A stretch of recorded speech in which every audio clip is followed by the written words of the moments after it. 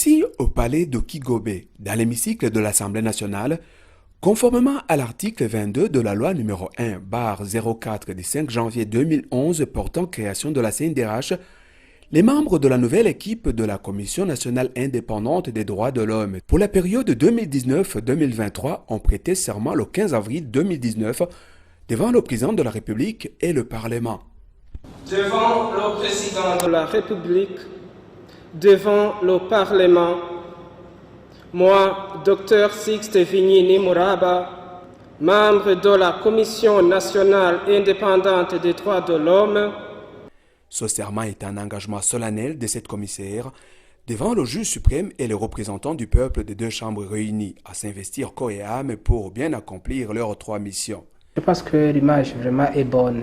Ça fait pas mal d'années que la collaboration entre différents partenaires ne marchait pas bien, mais maintenant avoir le nombre de partenaires qu'on a, avoir le nombre de demandes de partenariat qui arrivent à la CNDH, je pense quand même et qu'il faut se féliciter qu'on voit qu'on est en train d'aller vers l'avant. C'est pourquoi dès la prise de fonction le 26 avril 2019, les nouveaux commissaires ont toujours manifesté un engouement d'innovation dans la manière de travailler et de communiquer avec les partenaires. Des actions de lobbying et de plaidoyer ont été menées en direction ou en provenance des acteurs étatiques et non étatiques, nationaux et internationaux, œuvrant dans le domaine des droits de l'homme. Cette remise et reprise a eu lieu au moment où la paix et la sécurité règnent dans tout le pays. La situation des droits de l'homme s'est nettement améliorée et la CNDH se trouve dans sa phase de consolidation. En effet, le Burundi a connu une longue période de conflits internes, de violations massives et cycliques. En situation de conflit, les droits de l'homme n'ont pas été épargnés. Le droit à la vie, les droits et libertés fondamentaux ont été bafoués. Qu'en est-il alors du secret à la base de l'avancée remarquable de ces dernières années ? On a pu quand même faire des descentes considérables en termes de visite de prison, des maisons de détention, les prisons et les cachots. Je vais vous signaler que vraiment, on peut dire que maintenant, on a visité plus de 80% des maisons de détention ici au pays. Je pense que ça, c'est historique, on n'a jamais vu ça. Mais aussi en termes de protection des droits de l'homme, on a adopté une stratégie d'une intervention rapide, une réponse rapide, parce que chaque fois qu'il y a eu une allégation de violation des droits de l'homme, la Commission a dépêché ses équipes pour pouvoir se rendre sur terrain et savoir exactement ce qui a été fait et aussi faire le plaidoyer nécessaire pour que les instances habilitées puissent prendre des décisions dans une période vraiment acceptable. Autre chose, c'est que chaque fois qu'on a vu qu'il y avait besoin d'appui aux instances judiciaires, on a vraiment organisé pas mal d'itinérances judiciaires pour aider les tribunaux à pouvoir se déplacer ou même déplacer les requérants afin de faire à ce qu'on puisse diminuer le temps d'attente, parce qu'il y a eu vraiment beaucoup de dossiers qui étaient en souffrance. Mais en termes de protection aussi, je dois souligner qu'un effort particulier a été fourni pour que les violences domestiques, les violences des droits des enfants ont été combattues, même en milieu scolaire, que chaque fois qu'on a vu qu'il y avait une personne, que ce soit un enseignant, que ce soit un parent ou un tuteur qui maltraitait son enfant, on puisse intervenir dans le meilleur délai, mais aussi conseiller la police et l'administration pour pouvoir prendre des actions concrètes. Et ça, vraiment, il faut qu'on s'en félicite. Je peux souligner aussi la lutte contre la torture, parce que certaines descentes qui ont été effectuées et qu'on a vu qu'il y avait allégation de torture, on a demandé au ministère public pour pouvoir ouvrir les dossiers à l'endroit de ces personnes. Ça, c'est quand même quelque chose d'innovant. Mais aussi, chaque fois que de besoin, on a même invité ou bien convoqué les personnes et les autorités clés pour pouvoir venir donner des éclaircissements si on voyait qu'il y a quand même un cas qui posait des problèmes. Ça, c'est quelque chose dont on peut se féliciter. Dans le domaine de promotion des droits de l'homme, ce qui veut dire qu'on a travaillé beaucoup pour éduquer la population burundaise au respect des droits de l'homme, mais aussi éduquer les différentes institutions pour pouvoir bien accomplir leur mission. Et je peux citer les journalistes, la justice, les jeunes affiliés aux partis politiques qui ont été sensibilisés à la veille de la campagne électorale pour qu'ils puissent agir d'une façon responsable et respectueuse des droits de l'homme. Il y a aussi d'autres secteurs d'activité comme la société civile qui s'organisent pour organiser une formation ou une sensibilisation à l'endroit de ces personnes afin de les aider et à améliorer leurs prestations. La création de ce mécanisme national de protection et de promotion des droits de l'homme qu'est la CNDH, conformément aux principes de Paris, est une réponse pour monitorer les violations avérées et les allégations de violation des droits de l'homme. Pour gagner le pari, la CNDH couvre le territoire national et dispose de 4 antennes régionales. Dans son fonctionnement, la commission n'est soumise qu'à la loi. Aucun organe étatique ne peut lui donner des injonctions dans l'accomplissement de ses missions. Tous les services de l'État lui accordent l'assistance et le soutien dont elle a besoin. La CNDH s'avère être l'interface entre le gouvernement, la population et les autres institutions et organisations. Les articles 4, 5 et 6 de la loi précisent les 3 missions assignées à la CNDH, à savoir, de prime abord, la mission de protection et défense des droits de l'homme. Plusieurs activités sont prévues, notamment recevoir des plaintes et enquêter sur les cas de violation des droits de l'homme, effectuer des visites régulières, notifier ou inopiner dans tous les lieux de détention et formuler des recommandations à l'endroit des autorités compétentes à l'effet d'améliorer le traitement et la situation des personnes privées de liberté en prévenant la torture et les autres peines ou traitements inhumains et dégradants. La commissaire Rosenhaue, présidente de la sous-commission protection des droits de l'homme, fait le point sur les réalisations et les innovations enregistrées. À travers la sous-commission protection, a notamment pour mission de recevoir des plaintes et enquêter sur les cas de violation des droits de l'homme, c'est-à-dire enregistrement des plaintes individuelles et règlement des différends selon d'autres voies que celle de la justice et faire des investigations. Et là, en outre, le mandat d'apporter ou de faciliter l'assistance judiciaire aux victimes de violations des droits de l'homme. Parler de succès, ils ont été enregistrés dans le domaine de protection des droits de l'homme au regard des cas traités en matière de plaintes, en matière de visites et cachots effectués dans toutes les communes, ainsi que l'appui aux cours et tribunaux dans l'organisation des itinérances judiciaires dans tout le pays pour accélérer le traitement des dossiers des détenus. En matière de protection des droits de la femme, la CNDH fait des visites régulières dans les lieux de détention et vérifie systématiquement si les droits des prisonniers sont respectés. Et vérifie également si les droits catégoriels des femmes incarcérées sont respectés, tout particulièrement les femmes allaitantes.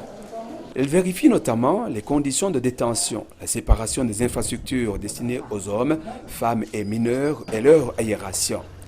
D'autres paramètres que la commission vérifie sont l'accès à l'eau potable et à l'alimentation, l'accès aux soins de santé, la possibilité de recevoir les visites, sans oublier de vérifier si le droit de culte est garanti. Une fois que l'on trouve que telle dame ou tel enfant est dans une situation de violation de ses droits, donc la CNDH saisit l'autorité habilitée, l'autorité compétente pour mener le plaidoyer. Une fois mené ce plaidoyer, le résultat est réalisable et visible.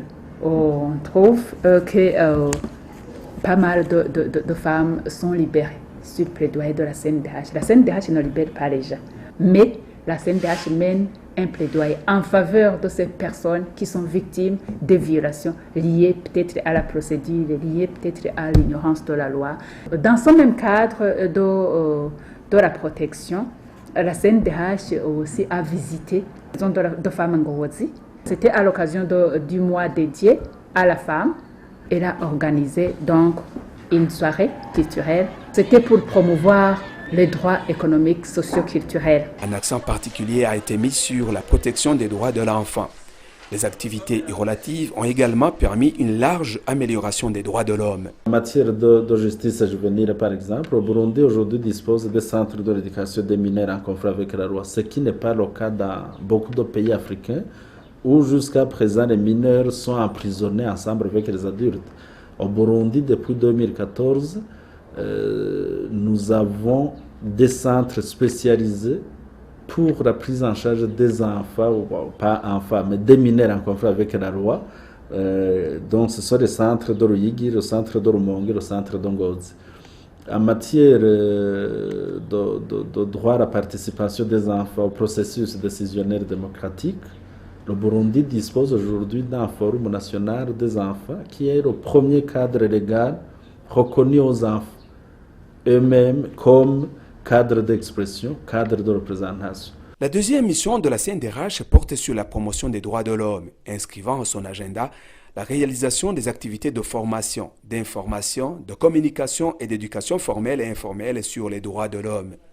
Ensuite, mener des études et recherches sur les droits de l'homme. Le commissaire Jacques Nshimirimana en est le président. Nous avons organisé pas mal d'ateliers. Aujourd'hui, nous totalisons 19 ateliers organisés durant les 2 ans sur des thématiques variées. Nous avons beaucoup plus insisté sur les organisations de la société civile, surtout leur rôle en période électorale.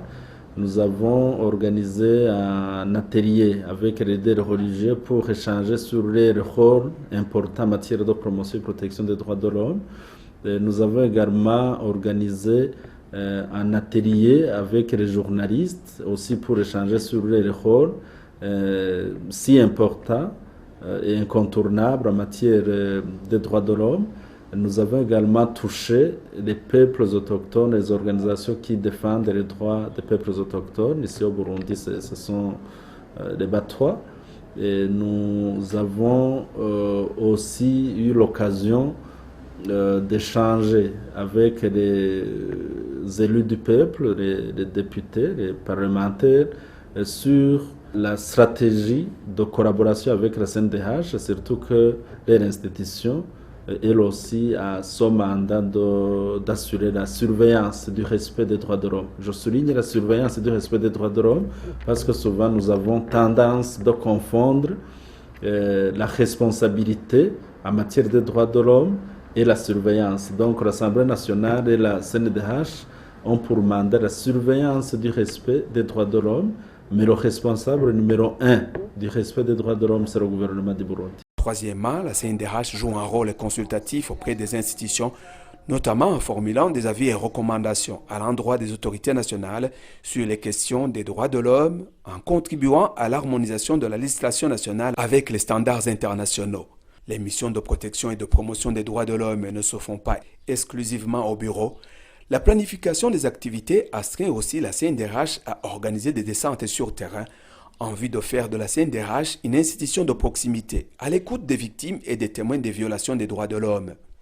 Des témoignages fournis par les bénéficiaires de formation, les anciens détenus mis en liberté, les victimes des VBG assistées ou les enfants ayant bénéficié d'interventions de la CNDH illustrent mieux la portée des interventions de la CNDH, souvent couronnées de succès.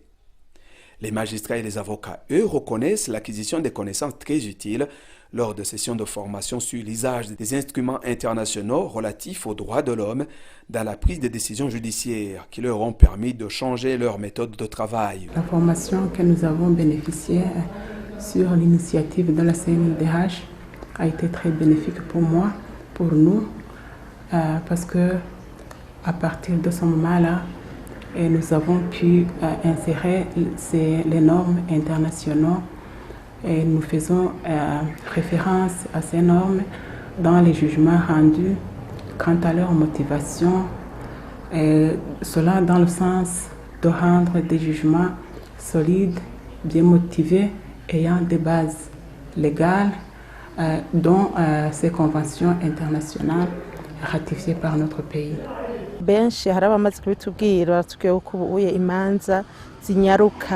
Tout le monde a déjà constaté que leurs procès sont vite traités et bien tranchés. Après avoir bénéficié de ces formations, j'ai vite fait la restitution pour que tout le personnel en bénéficie. Je les ai informés que la CNDH nous a rappelé que le procès soit bien rédigé et qu'il soit traité dans un délai raisonnable.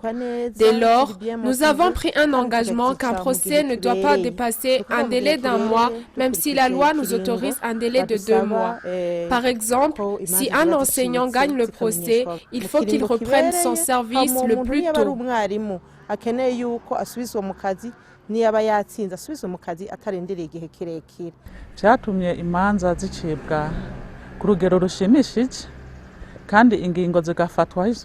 Les connaissances acquises dans ces formations nous ont fortement aidés car les procès sont traités d'une manière très satisfaisante tout en respectant les instruments de protection des droits de l'homme.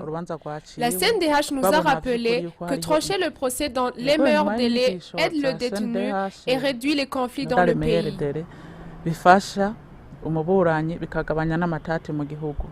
D'anciens détenus constitués de femmes et d'hommes retournés auprès de leurs vagues quotidiennement aux activités pour l'épanouissement de leur famille et aussi ne cachent pas leur sentiment de satisfaction à l'égard des actions de la CNDH.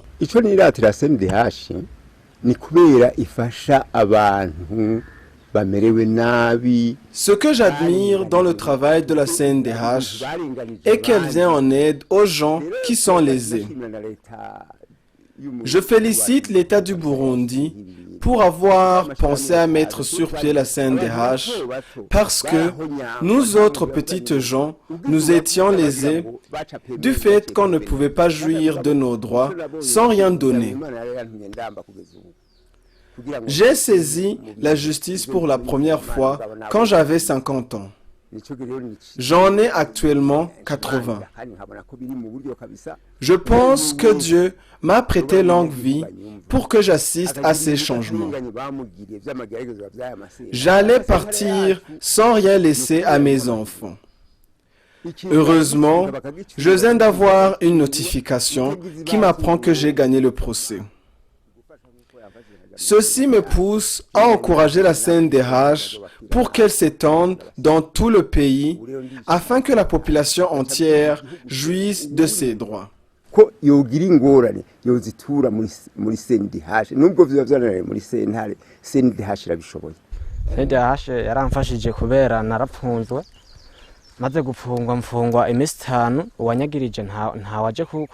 J'ai passé 5 jours au cachot et personne n'est venu m'accuser. Mes parents ont saisi la CNDH et cette dernière a plaidé à ma faveur et le même jour la police m'a libéré. Je remercie vivement la Commission nationale indépendante des droits de l'homme. CNDH niyo yamfashije iraza kunkurayo. La CNDH m'a fortement aidé car dès le premier jour, je n'avais pas les moyens de payer les frais de transport et j'allais à pied. Je quittais la maison à 6 heures pour revenir à 18 heures. Les mots me manquent pour exprimer ma gratitude envers la CNDH qui a plaidé pour la libération de mon fils. Que Dieu bénisse la CNDH.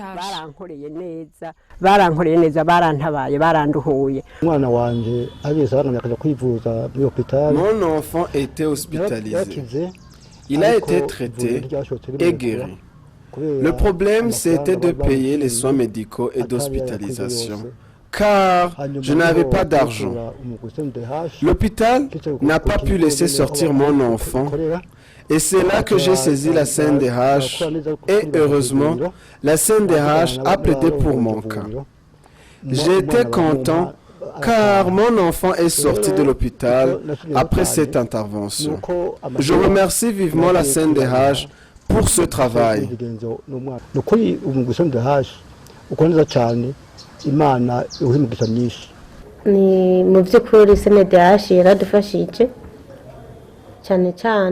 Sincèrement, la CNDH m'a beaucoup aidé, surtout pour 2 personnes. La première, c'est Sengium Vaviane, notre domestique. Je suis rentrée du marché et je lui ai donné la tâche de décharger nos provisions. Pour le remercier, je lui ai offert 10 kilos de riz.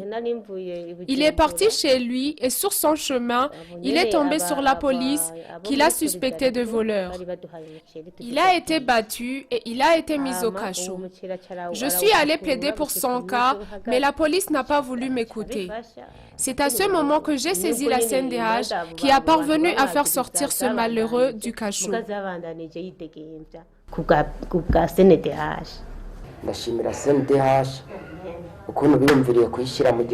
Je suis content que la CNDH ait été mise en place au Burundi.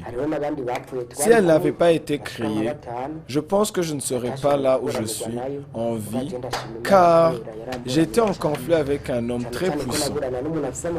Pour preuve, 5 de mes camarades en prison sont morts avant leur comparution. En ce qui me concerne, c'est grâce à l'assistance de la CNDH que je suis libre. J'en profite pour lancer un appel à tous ceux qui ont été lésés dans leur droit de faire recours à la CNDH, surtout que ces interventions sont gratuites.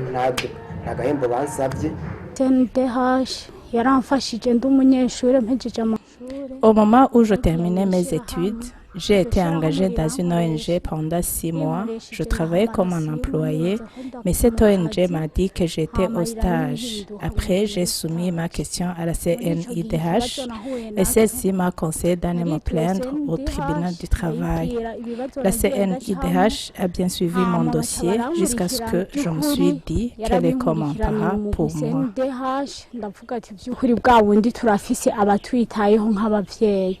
Ce qui m'a poussé à faire recours à la CNDH et le fait que mon procès, qui a commencé sous la Première République, a été régulièrement gagné, que ce soit au niveau zonal, que ce soit au niveau du tribunal de résidence. Mais la mise en exécution n'a jamais eu lieu. Très récemment, la CNDH est alors venue à mon aide quand j'étais emprisonné à la suite de cette même affaire liée aux propriétés foncières de ma famille. Elle m'a demandé tous les documents liés à ce procès. Après vérification, elle a conclu qu'aucune loi n'avait été respectée et a alors plaidé pour ma libération. Je remercie vivement la CNDH de m'avoir libéré du cachot de la police judiciaire après 3 semaines d'incarcération, car mes enfants orphelins de leur maman risquaient de mourir de faim.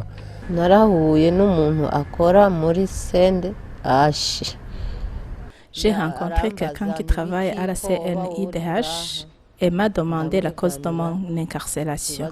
Je lui ai raconté mon histoire. Au fait, j'avais une dette de quelqu'un de 600 000 francs et j'ai promis que j'allais rembourser par tranche. Mais il a refusé, il a préféré me mettre en prison.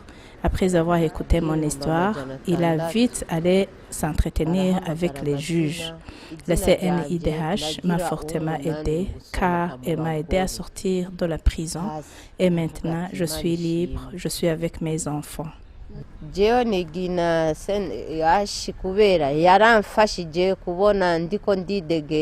Plusieurs autres partenaires apprécient la qualité des prestations de la CNDH.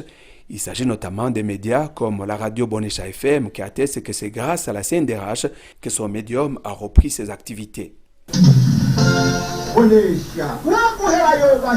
Je dois d'abord me réjouir d'avoir cette occasion d'exprimer nos vifs remerciements à l'endroit de la Commission nationale indépendante des droits de l'homme pour son rôle qu'elle a joué pour nous aider à obtenir la réouverture de la radio Bonesha FM.